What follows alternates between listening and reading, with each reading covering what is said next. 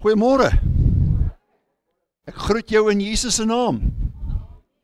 Vir julle wat braaf genoeg is om nie met vakansie te gaan nie. Want ek dink jy moet braaf wees as jy met vakansie wil gaan. Congratulations Tony and Phyllis on your anniversary today.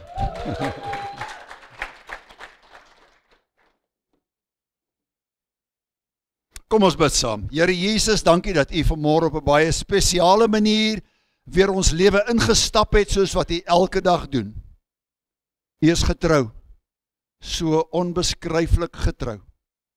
En dat ons vanmôre net opnuut weer kan stil word in hierdie oomblikke, om net saam as 'n geestelike familie te oordink en te bedink dit wat U in ons lewens kom beplan het en wat U besig is om uit te voer en deur te voer. Ons het U nodig in elke dag se lewe, in elke dag se tree wat ons moet gee, elke oomblik van elke dag, juis omdat U vir ons gesê het, Jesus, sonder my kan jy niks doen nie. En dis waarlik so. U is die wynstok, ons is die lote. En daarom as ons nie vrugte dra nie, kom U en snoei en laat ons kan meer vrugte dra. En ons wil meer vrugte dra. Ons wil U naam groot maak en verheerlik in ons lewens, oral waar ons gaan elke dag. Dink aan ons familie wat weg is met vakansie en wat op die paaie is, Here, ons bid vir hulle veiligheid, dat U vir hulle sal veilig terugbring ook na ons en mag hulle ook hierdie tydjie van rus geniet tot heerlikheid van U naam. Amen. Nou ons het die afgelope klompie weke bietjie stil gestaan by Jesus wie gesê het ek is die weg, ek is die waarheid en ek is die lewe, en ons het dit bietjie uitgepak en ons het bietjie gekyk daarna. Maar weet jy, dit is so kompak, ek dink nie ons kan ooit tot die bodem daarvan kom om te besef hoe onbeskryflik groot God se genade is. Kan jy daarmee identifiseer? God se genade is so onbeskryflik groot. En kom ons gaan staan so 'n bietjie stil daarby vanmôre. Johannes 1. As jy saam wil lees asseblief. Johannes 1 vanaf vers 1. In die begin. Wanneer was dit? In die begin. Reg aan die begin.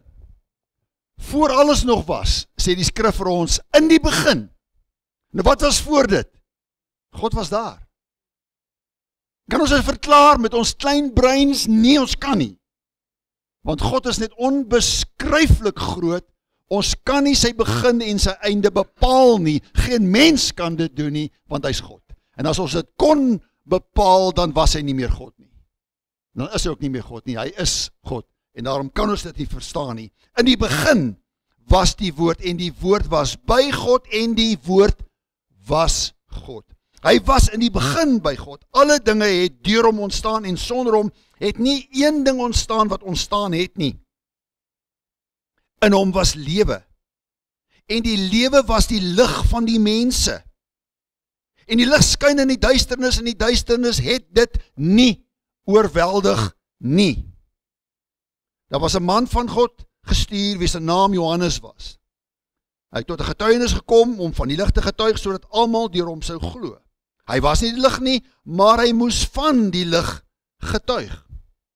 Die waaragtige lig wat elke mens verlig was aan die kom in die wêreld.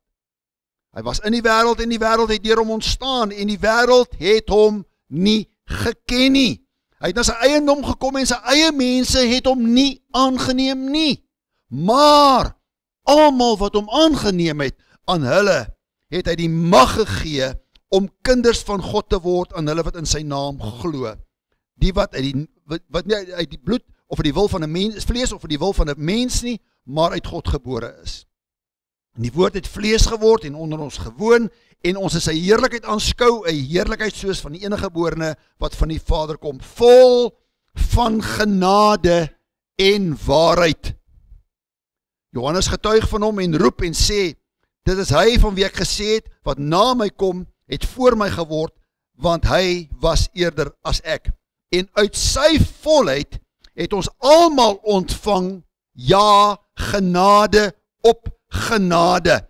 Want die wet is deur Moses gegee, die genade en die waarheid het deur Jesus Christus gekom. net tot sover. En ons het in die verlede, afgelope tyd gekyk na die dood en opstanding van die Here Jesus, ons het dit gedenk, ons het dit oordink en ons het dit bedink, en besef dat Jesus is nog steeds die weg, hy is die weg, hy is die waarheid, nie dat hy waarheid praat nie, hy is waarheid, he is the embodiment of truth. Hy is waarheid en hy is lewe. Hy is dit. Dit was deur die almagtige God en Vader beplan, en dit was nie in laaste oomblik, oeps, kom ons gekry gou iets in plek. God het dit voor die grondlegging van die wêreld al geweet, dat die mens gaan opmors, en daar moet 'n plan van verlossing vir die mens wees. God word nooit ontkant gevang nie. Die profeet het daarvan gepraat, getuig daarvan, en Jesus haal dit vir ons aan in Matteus 13, toe hy vir Jesaja aangehaal het, hy sê, maar al die dinge het Jesus deur gelykenisse vir die skare gesê, en sonder gelykenisse het hy vir hulle niks gesê nie, sodat vervul sou word die woord wat gespreek is deur die profeet, ek sal my mond open deur gelykenisse, ek sal uitspreek dinge wat verborge was van die grondlegging van die wêreld af. En Jesus het vir ons deur gelykenisse, al hierdie wat beplan was deur God, kom openbaar deur die gelykenisse, om vir ons sodoende die koninkryk van God voor te stel. Voor die grondlegging van die wêreld het God geweet ons gaan opmors, hy het geweet hy moet 'n plan in plek hê vir ons, en daarom het die woord vlees geword. Jesus, die woord, het onder ons kom bly, tussen ons kom bly, en die woord is in ons midde. In die begin was die woord. En dit is so mooi wat die Hebreërs skrywer ook vir ons sê, die woord van God is lewend en kragtig. God se woord is lewend. Die woord stel vir ons die verhoog van God se almagtige plan wat hy vir ons in gedagte het. En hy deel met hierdie onsaglike inkarnasie, die vleeswording van Jesus, stel hy aan ons voor. Dit wat gesê was, kom nou hier in werklikheid. God wat in die menslike geskiedenis ingetree het, nie sommer net ingetree het nie, maar met 'n allermintige plan. Jesus het nie sommer maar net gekom nie, hy het toegerus gekom. Hoe? Vol genade en waarheid. Het hy toegerus gekom en onder ons kom bly. Vol genade, daardie onverdiende guns van God. Daardie genade wat hy betoon, wanneer ons eintlik dit nie verdien nie, het hy kom betoon aan die mensdom, soos wat ons dit vandag sien. Hy het gekom met 'n heerlikheid soos van die eniggeborene wat van die Vader kom, vol van genade en waarheid.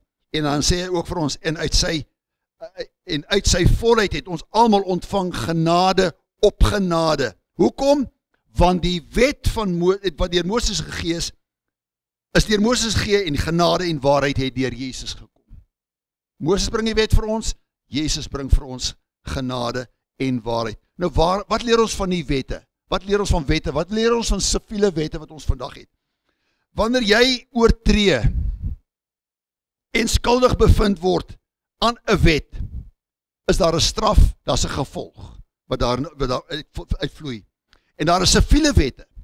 Daar's Bybelse wette wat ons in die Ou Testament vind. Daar's militêre wette, maar daar's ook 'n wet van vryheid wat die Bybel van praat. Ons sal nou daarby kom.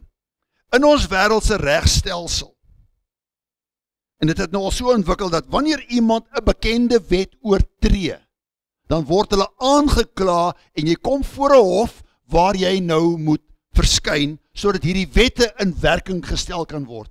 Wat is gewoonlik die eerste reaksie vir die een wat aangekla is? Wees my genadig. Is dit nie so nie? In die harte, dalk sê hulle dit nie verbuitem nie, maar mense sê dit in hulle harte, ag wees my tog asseblief net genadig. Dan weet ons, hulle kry vir hulle prokureur of 'n advokaat om vir hulle te verdedig in hierdie hof, want die prokureur en die advokaat ken mos nou die wette. Maar in ons regstelsel vandag fabriseer hierdie advokate en prokureurs in die meeste gevalle versinsels om hierdie ou wat skuldig is vry te kry. Dit is hoe ons regstelsel vandag al ontwikkel het. Die skuldige stap in die meeste gevalle uit by daardie hof en as onskuldig verklaar terwyl hulle weet in hulle lewens is hulle skuldig. Hulle het oortree, daar moet gevolge wees, maar hulle is nie skuldig bevind nie, hulle het al uitgestap en hulle is nou vry. En wanneer daar ene wat skuldig is en daar uitstap, mag hy dalk dink, wow, ek het vrygekom, maar hier in sy hart weet hy is skuldig. En sy gewete gaan vir hom aankla al sy lewe, en hy gaan daarmee moet saamlewe. Ek het 'n wet oortree. Die hof het my onskuldig bevind. En ek loop nou met hierdie skuldgevoelens rond, en ek kan nie daarvan vrykom nie, en baie mense loop met hulle hele lewe met skuldgevoelens rond, omdat hulle oortree het, en hulle weet onskuldig, en iemand het hulle gesê onskuldig bevind, en nou loop hulle met hierdie skuldgevoelens rond. Maar hier is nie so iemand by ons nie, nee. Nee, hier is nie so iemand by ons nie.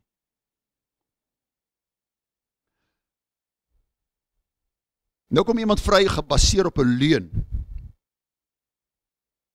En sonde het gevolge. Dit is nou maar net so. Jy dink jy het weggekom, maar jou sonde sal vir jou uitvind. Jy gaan nie wegkom daarvan, al is jy in 'n siviele hof onskuldig bevind. Jy gaan nie wegkom daarmee nie. Hoor ons die Jakobus het vir ons daar in Jakobus 2. Want wie die hele wet onderhou, maar in een opsig struikel, het aan almal skuldig geword. Want hy wat gesê het, jy mag nie egbreek nie, het ook gesê, jy mag nie doodslaan nie. En sou jy nie egbreek nie, maar doodslaan, het jy oortreder van die wet geword. Julle moet so spreek en so doen, soos diegene wat deur die wet van vryheid geoordeel sal word. Want die oordeel sal onbarmhartig wees oor die wat geen barmhartigheid bewys het nie. En die barmhartigheid roem teen die oordeel. Kom ons vertaal dit in 'n verstaanbare Afrikaans. As jy nie bereid is om genade te betoon nie, kan jy nie genade verwag nie. Genade triomfeer oor oordeel. En hoe raak dit jou en my? Ek is bly jy vra. Die skrif leer ons dat ons in sonde gebore is. Dawid skryf het in Psalm 51, in sonde het my moeder my ontvang, van my geboorte af, ek is gebore met 'n sonde element in my. Wie leer kindertjies om tantrums te gooi? Wie leer kindertjies om goede van maatjies te vat? Jy het hulle net nie geleer nie, hulle doen hierdie goeders, want ons is in sonde gebore, om hierdie element in ons is daar, hy is teenwoordig, maar ons hele lewe lang. En dis waarom Paulus in Romeine 3 ook geskryf het, ons het almal gesondig en dit ontbreek ons aan die heerlikheid van God. Almal het gesondig. En nou sê Paulus ook vir ons in 2 Korintiërs 5, maar ons almal moet voor die regterstoel, die tribunaal, die bema van God verskyn, van Christus verskyn, sodat elkeen ontvang wat hy deur die liggaam verrig het, of het goed is en of het nou sleg is, almal moet voor daardie regterstoel verskyn. Nou sou iemand voor die regterstoel van Christus verskyn, wat sou jou pleidooi wees? Wees my net genadig, is dit nie? Wees my tog asseblief net genadig. Die oomblik toe Jezus aan daardie kruishout sy lewe gegee het, die laaste asem uitgeblaas het, toe roep hy daaruit, dit is volbring. Tetelestai. Ons Afrikaans en Engels is net te arm om daai woord behoorlik te vertaal. En die woord tetelestai kan jy in 3 dissiplines ontleed. Die eerste is, dis 'n besigheidstransaksie wat afgehandel is. Die saketransaksie is afgehandel. Die skuld is vereffen. En die skrifgedeelte weer eens wat Paulus vir ons daar het in Romeine 3:23, want almal het gesondig en ontbreek hulle aan die heerlikheid van God. En hulle word deur sy genade sonder verdienste geregverdig deur die verlossing wat in Christus Jesus is. Jy kan nie dit terugbetaal nie. Ek en jy is nie in staat daartoe om die skuld wat op ons lewens is terug te betaal nie. Dit wat hy betaal het vir jou en vir my. Jou skuld is vereffen. Dis wat tetelestai beteken. Die tweede betekenis van tetelestai is ook juridies, geregtelik. Het been daarvan. Jou vonnis is uitgedien. Ja, jy moet gestraf word. Maar jou vonnis is uitgedien, want Christus het dit gedoen vir jou. Kolossense 2.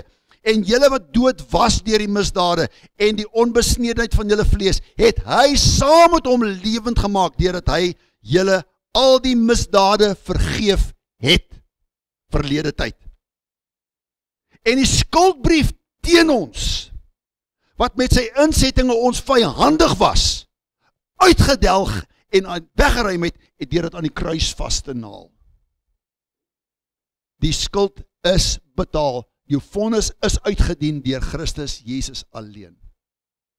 Tetelestai in 'n sake transaksie.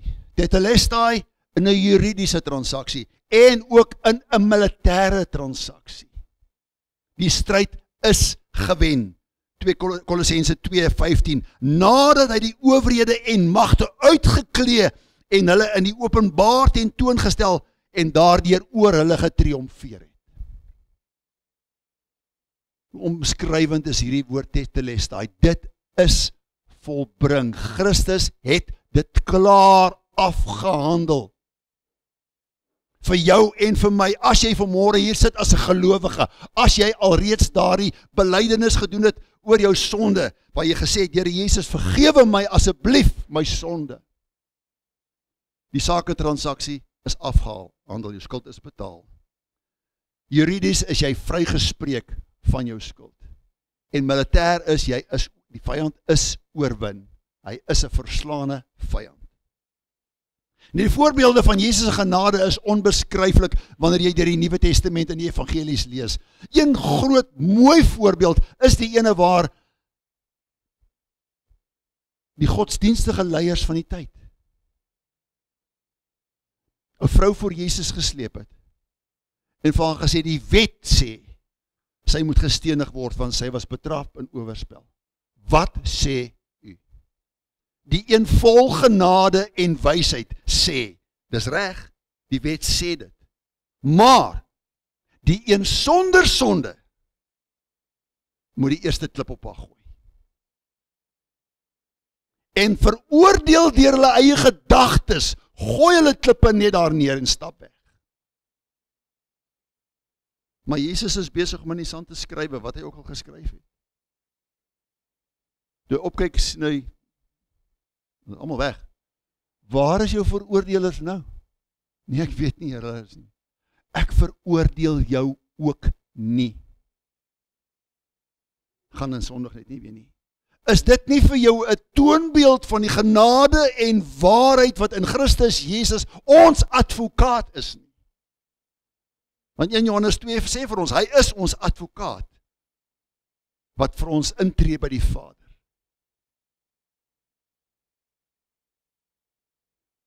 Selfs met die genesing van siektes, selfs met die voeding van die hongermense, hy het vir die mense innig jammer gevoel. 'n toonbeeld van sy genade. Elke keer, hy het vir hulle innig jammer gevoel. Genade is nie goedkoop nie. Ek dink ons moet dit baie mooi verstaan. Dit het hom alles gekos, dit het hom sy lewe gekos, om genade te kan betoon. En hier kom ek en jy as vrygespreektes, is baie traag om genade te betoon. Hy wie die reg gehad het om genade te onttrek, het nie. Maar ek en jy, mere mortals, is nie bereid om genade te toon in baie gevalle. Is dit nie verskriklik? En die uitnodiging is aan elkeen van ons, die genade van die Here Jesus is inklusief. Almal het toegang tot sy genade. Paulus se groet altyd in sy gemeentes waar hy gesê het, en die genade van die Here Jesus Christus, en die liefde van God die Vader, en die gemeenskap van die Heilige Gees, sy met julle almal. Amen. Elke keer. Die genade van ons Here Jesus Christus, die genade van ons Here Jesus Christus, die genade van ons Here Jesus Christus, met julle almal. Genade nooi. Genade trek nader. Genade verskoon nie sonde nie. Maar genade maak 'n weg van verlossing. En dis kom Matteus 11:28. Kom na my toe, almal wat vermoeid en belas is, en ek sal julle rus gee. Genade nooi. Genade stoot nie weg nie. Verder is Jesus vol waarheid. Vol van waarheid. En 'n definisie van waarheid is daardie absolute werklikheid wat in ooreenstemming met God se karakter is. Hy is waarheid. Spreek nie net nie, hy is dit. Hy sê dit self, ek is die weg, die waarheid en die lewe, sê hy vir ons in Johannes 14. En Paulus, Petrus, Jesus se verskyning voor Pilatus, was vir my so treffend geweest hoe hy homself verdedig het, toe Pilatus hom gevra, is jy 'n koning? Hy sê vir hom, my koninkryk is nie van hierdie wêreld nie. As my koninkryk van hierdie wêreld was, sou my dienaars geveg het, dat ek nie aan die Jode oorgelewer word nie. Maar nou is my koninkryk nie van hier nie. En Pilatus sê vir hom, jy is tog 'n koning? En Jesus antwoord sê vir hom, u sê dat ek 'n koning is. Hiervoor is ek gebore. Hiervoor het ek vlees geword. Hiervoor het ek in die wêreld ingekom, om vir die waarheid te getuig. Elkeen wat uit die waarheid is, luister na my stem. En soos wat ons verder weet, Pilatus was nie bereid gewees om hierna te luister nie. Hy het omgedraai en weer terug na die skare toe gegaan, want hy was nie bereid om te hoor wat waarheid is nie. Uit die stem, uit die mond van die een wie waarheid is. Kan jy verstaan waarom die vyand dit reg gekry het in ons tyd vandag om mense van die waarheid te weerhou? In ons skole, in ons parlementsgeboue, waar die Gideons vroeër jare Bybels geplaas het, is baie instansies nie meer gewillig om Gideon Bybels te plaas nie, want dit is waarheid. En waarheid oortuig. En mense wil nie oortuig wees nie. Mense is baie gerieflik en gemaklik in hulle leenwêreld, in hulle leen wat hulle lewe. Hoe pas ons hierdie toe? Waarheid maak ons vry. Jy sal waarheid ken. En waarheid sal jou vrymaak. Baie, en ek veralgemeen nie, baie gelowiges loop rond vandag met 'n woeling hier in 'n binneste. Hulle stoei met hulle self. Hulle eindig op by sielkundiges, omdat hulle nie bereid is om met waarheid te deel nie. Omdat hulle nie bereid is om na waarheid te luister nie. Die lewens val uit mekaar uit. Gesinne verbrokkel. Omdat een lid in die familie nie bereid is om met waarheid te deel nie.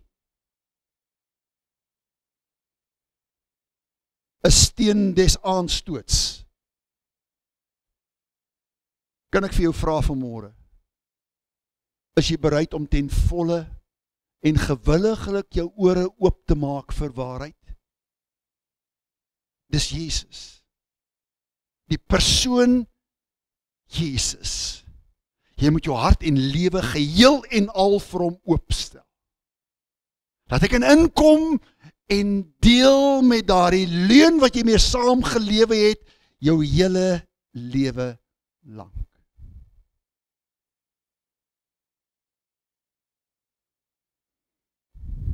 Laat ons toelaat dat daardie waarheid ons lewens transformeer. Of is dit net te gemaklik om in die leuen saam te lewe? Daar's gevolge. Jesus bring 'n volkome balans in die genade en die waarheid. 'n Volkome balans. Hy's vol van albei. Waarheid sonder genade is hard en genadeloos. Genade sonder waarheid is hol en leeg. En Jesus bring 'n balans vir ons in genade en waarheid. Genoeg om ons te ontmoet daar waar ons is. Net daar waar jy is. Jy hoef niks te verander nie. Jy kom net na hom toe. En genade en waarheid sal jou transformeer. As jy eerlik genoeg is met jouself en hom. As jy bereid is om jouself op te verklaar. Ek kan onthou baie jare gelede. Is net so rukkie na die skepping. Toe ek in hierdie plek tot bekering gekom het. En David Mahon het hier gepreek.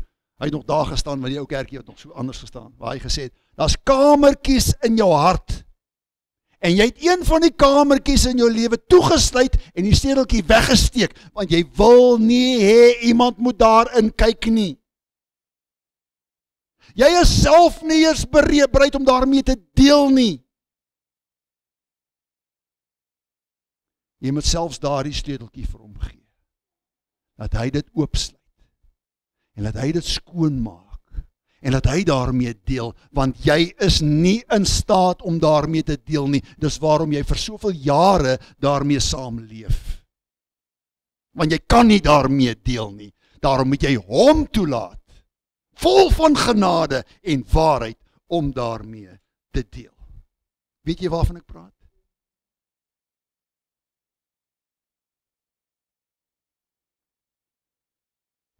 Die kruis was nie net die doel nie, die kruis was die middel gewees, waardeur hy dit gedoen het vir jou en vir my. By die kruis ontmoet genade en waarheid mekaar. Sonde moet geoordeel word, maar genade neem Jesus ons plek in. Hy staan daar in jou en in my plek. En dis daar die heerlikheid wat Johannes van gepraat het. Ons het sy heerlikheid aanskou. 'n Heerlikheid soos van die enige geborene wat van die Vader kom. Jy kan daar die heerlikheid elke dag in jou lewe geniet. En nie dit wil ontduik nie, want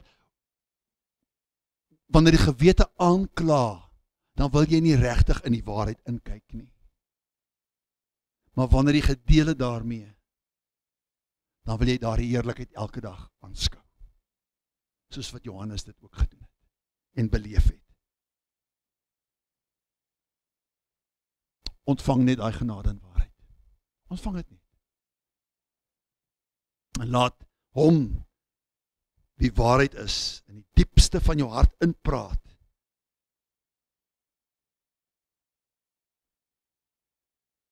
En kom uithaal dit wat jy nie meer kan en wil deel nie. En hy wil dit vanoggend vir jou doen, as jy nog nie daar is nie.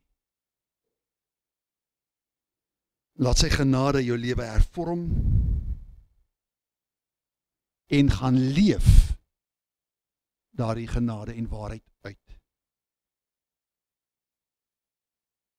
Dis heerlik om daar te wees, wanneer jy nog nie daar is nie.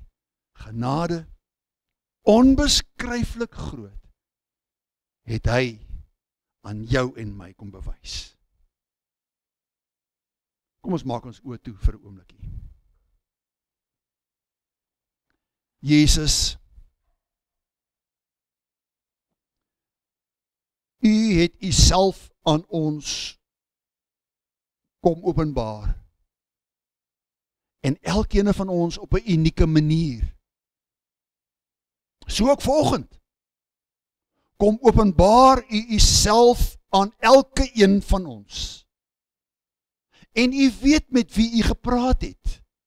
Dit was nie die stem van Andrei nie, dit was die stem van God Heilige Gees, wat hier diep binne met iemand kom praat het. En daarom wil ek bid, Heilige Gees, U wie gespreek het, wil U nie dan ook verder die stappe neem om heling te bring, versoening te bring, verlossing te bring, daar waar dit nodig is. En dankie Jesus, U is altyd gewillig om dit te doen. Kom doen dit vanmôre vir iemand wat sukkel daarmee. Tot heerlikheid van U naam. Amen.